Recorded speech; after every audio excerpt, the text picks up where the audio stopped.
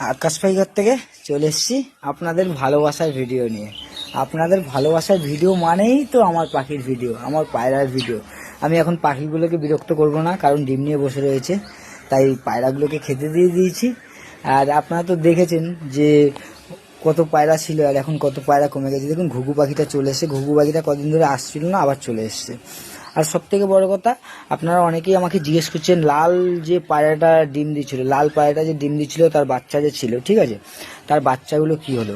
ব্যাপারটা হচ্ছে এই পায়রার বেবি আমি রাখিনি, কারণ কি এই বেবি দুটো আমার কাছে একজন চেয়েছিল যে নয়ন দাদা আমি এই বেবি দুটো নেব, মানে চেয়েছিল বলতে কি সে টাকা দেবে আর কি, একদম সে হ্যান্ড ফিডিং করানোর জন্য একদম ছোট্ট বেবি নেবে, যে ছোট্ট যে বেবিগুলো ছিল আপনারা দেখেছিলেন সেই বেবি নেবে।